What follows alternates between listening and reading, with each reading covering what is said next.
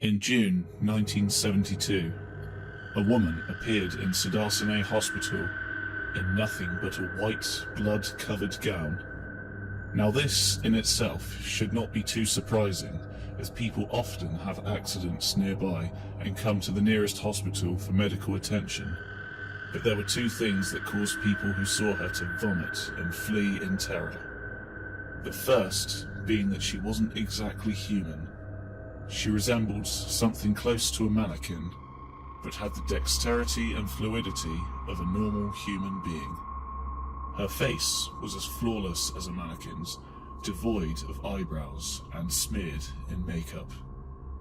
There was a kitten clamped in her jaws, so unnaturally tight that no teeth could be seen, and the blood was still squirting out over her gown and onto the floor.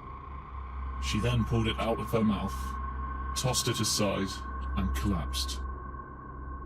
From the moment she stepped through the entrance to when she was taken to a hospital room and cleaned up before being prepped for sedation, she was completely calm, expressionless, motionless. The doctors thought it best to restrain her until the authorities could arrive, and she did not protest. They were unable to get any kind of response from her, and most staff members felt too uncomfortable to look directly at her for more than a few seconds. But the second the staff tried to sedate her, she fought back with extreme force. Two members of staff had to hold her down as her body rose up on the bed with that same blank expression. She turned her emotionless eyes towards the male doctor and did something unusual. She smiled. As she did, the female doctor screamed and let go out of shock. In the woman's mouth were not human teeth, but long, sharp spikes. Too long for her mouth to close fully without causing any damage.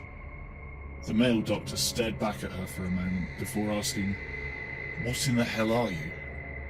She cracked her neck down to her shoulder to observe him, still smiling. There was a long pause. The security had been alerted and could be heard coming down the hallway.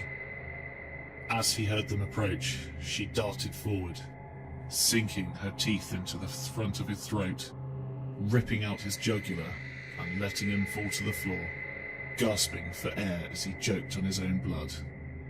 She stood up and leaned over him, her face coming dangerously close to his as the life faded from his eyes.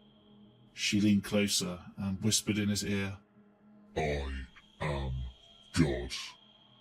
The doctor's eyes filled with fear as he watched her calmly walk away to greet the security men.